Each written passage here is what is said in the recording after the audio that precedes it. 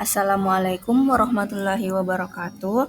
Kami dari kelompok 7, yaitu Asila Mumtaz Tabila, Nurul Fauzia Natazia, dan Saskia Buhari Tupu.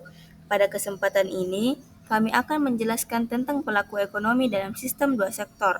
Dalam sistem ini, ada dua pelaku utama yang membuat kegiatan ekonomi tetap berjalan dan saling berkaitan. Sekarang kita masuk ke pelaku yang pertama. Pelaku ekonomi dalam sistem dua sektor, ekonomi kreatif. Pelaku pertama adalah rumah tangga atau konsumen.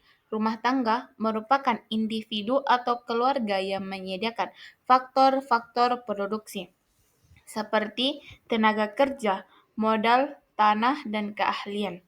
Sebagai gantinya, rumah tangga mendapatkan pendapatan dari perusahaan, baik berupa gaji, sewa, bunga, maupun laba. Pendapatan ini digunakan untuk membeli barang dan jasa yang diproduksi oleh perusahaan. Jadi, secara sederhana, rumah tangga itu adalah pihak yang bekerja dan belanja.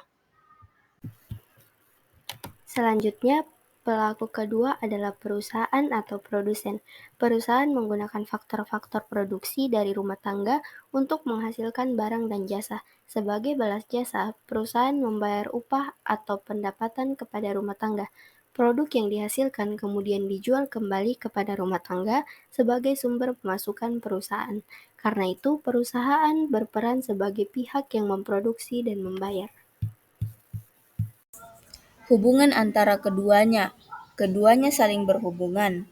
Rumah tangga memberikan tenaga dan sumber daya kepada perusahaan, sementara perusahaan memberikan barang, jasa, dan pendapatan kepada rumah tangga.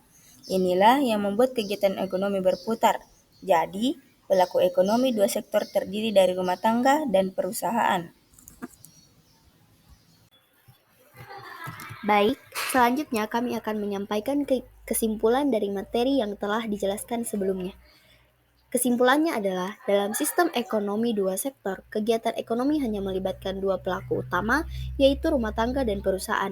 Rumah tangga berperan sebagai penyedia faktor produksi dan konsumen barang serta jasa, sedangkan perusahaan berperan sebagai produsen yang menggunakan faktor produksi untuk menghasilkan barang dan jasa. Keduanya saling bergantung karena terjadi pertukaran barang, jasa, dan uang yang membuat roda perekonomian terus berputar.